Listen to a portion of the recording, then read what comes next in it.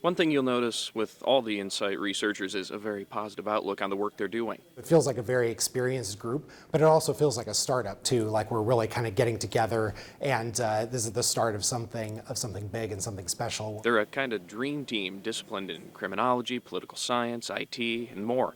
We're all sitting down at the same table discussing research problems and bringing our own skills and abilities to the table. The strength of a team that is tackling these really big and really important problems from such different perspectives.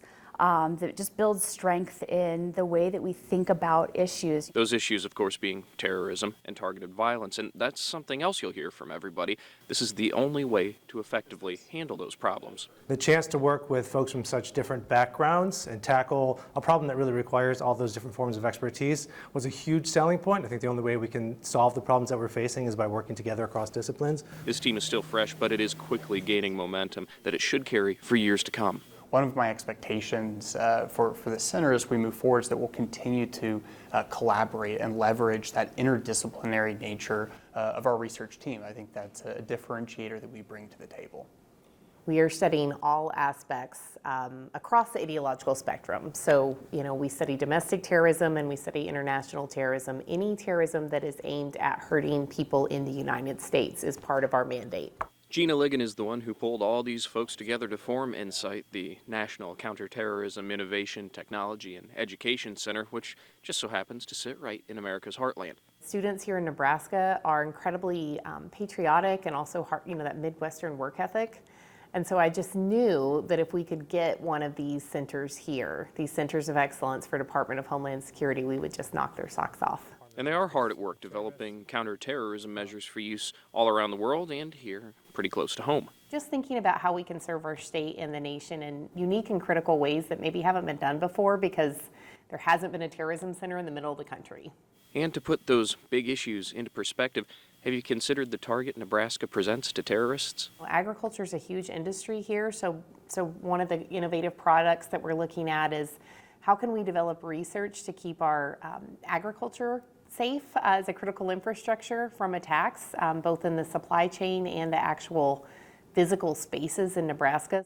In a post-9/11 world, many of us have an idea of who terrorists are, but in recent years we've seen that's not necessarily an accurate picture. And that's been hard as an American to realize, how could someone who's from this affluent nation want to attack something here in our country? And that's been a new revelation for a lot of Americans. Insight, the National Counterterrorism Innovation, Technology, and Education Center, has done the research to get a better idea of how that happens. There's probably a lot of commonalities in how people join terrorist groups. We've really kind of showed the pathway of how someone can get in.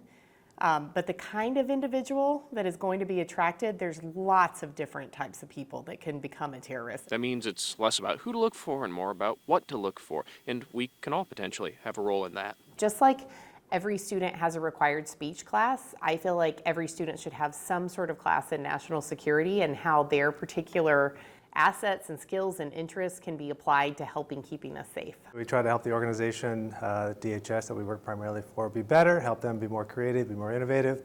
And we also study terrorist organizations, try to stop them from being as bad as they are.